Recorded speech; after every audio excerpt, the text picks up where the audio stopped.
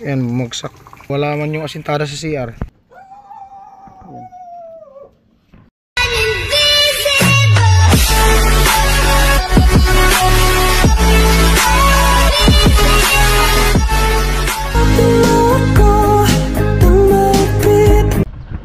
Yo, what's up?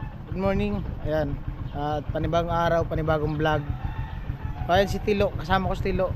Dinaanan ko dyan, nundo ko. At doon kami gagawa sa bahay ng mag-asawang matanda, no? Pangalawang araw ngayon. At kahapon si Tilo hindi nakasama kasi may inaayos ko siya. At ngayon, ayan, kasama natin. At tignan ko lang kung may may tubig pa dyan sa Kalanigwin, no? Ayan. Ito na yung ngayon. Dito sa Bato, sentro ng Bato.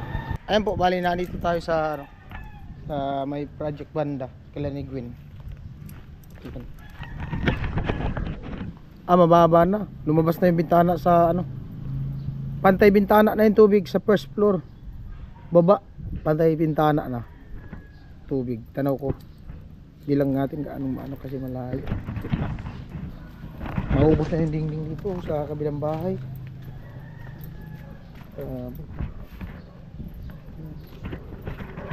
Ubos yung dingding. Pader. Yan. Ito yung daanan namin. Pababa. Yan. Ayan yung bahay Kalanigwin. At dito sa likod yung sa Kalanigwin na kusina. Kusina, Kalanigwin. Warak yung kusina ni Lagwin. Ayan. Hindi ko na makita yung wire. Yung wire dyan na nakalinya. Pero bakit tinanggal ni Lagwin yung wire? Ay, nandun. Naputol siguro. Wala na. Ubos. Grabing epekto ng bagyo. Kahit mahina yung hangin, yung tubig tsaka ng alon dyan. Bagat kasi, nagkabagat. Bumagsak pala yung pader, asintada dito sa project ko. Yung sa kusina bumagsak. Ayan, kahit nasa likod na siya, kasi di pa din kasi na na palitadahan. Tsaka open yung bintana dun sa may kusina. Bumagsak pati yung sa asintada sa CR. Ayan, Ayan, bumagsak. Wala man yung asintada sa CR. Grabe. Bumagsak yung asintada sa CR. Wala na yung asintada sa CR. Bagsak. Kasi katapos lang nung masintadaan, bago lang. Nadamay pati yung pader. Buti may poste na. No, nabuhusan na yung poste, yung dalawang poste sa kusina. Kasi kung hindi nabuhusan ng poste yan, ubos yan lahat.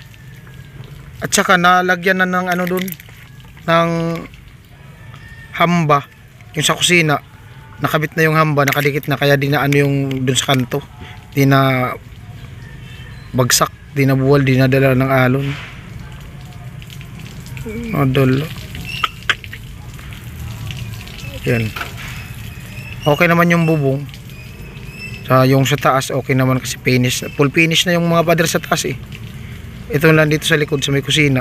Hindi pa. Yan. Malalim pa yan. Yung bahay nga dyan katabi, tanggal yung dingding. Yan. Ayan yung sa Kalanigwin kusina. Wala na.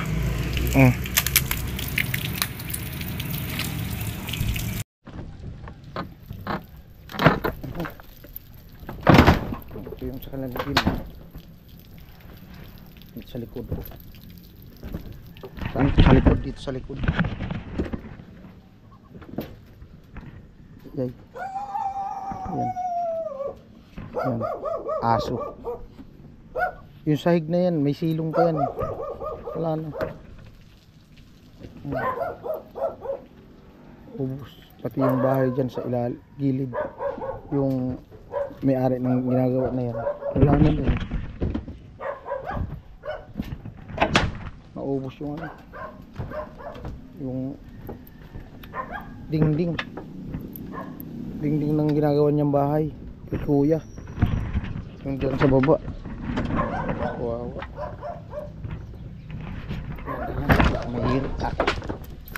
May papo. Delikado.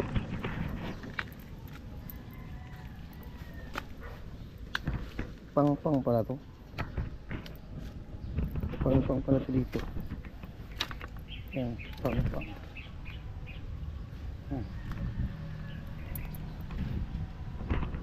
Malalim pa yan. Lalim pa yan, lo, no? Lagpas ano pa yata yan, lagpas tao.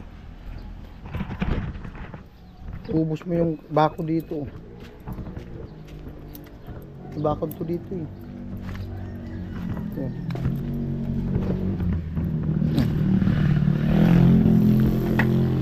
Ubos. Tanggal pa yung pader. Tukla. Paklas.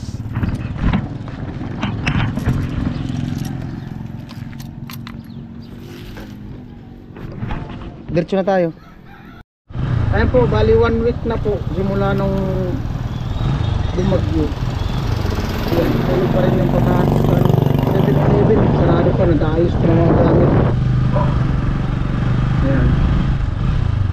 Bali, panay ano pa rin, naghahatap ng mga basura yung mga object dito sa sentro ng bato. Ayan. Ayan, mga basura, tambak pa. Daming hakotin na basura. Ayan.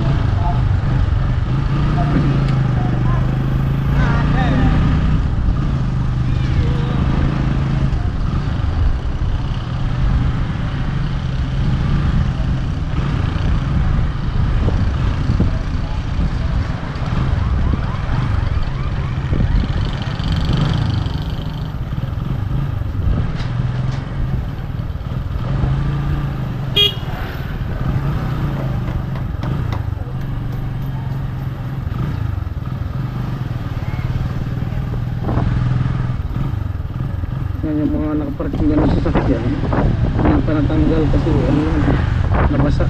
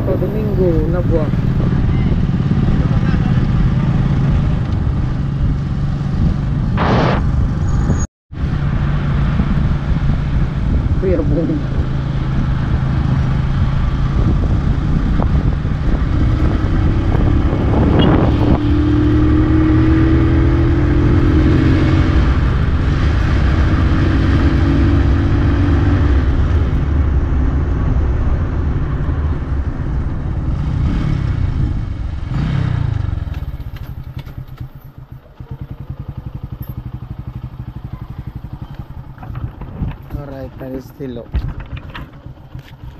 Balik lang. Okay lang?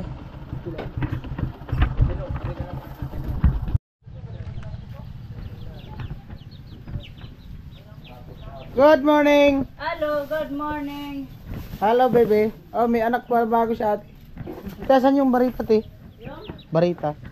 balitang Tirno. Dalawa na yata ni ano. Ah, nandito. yan nata sa ano?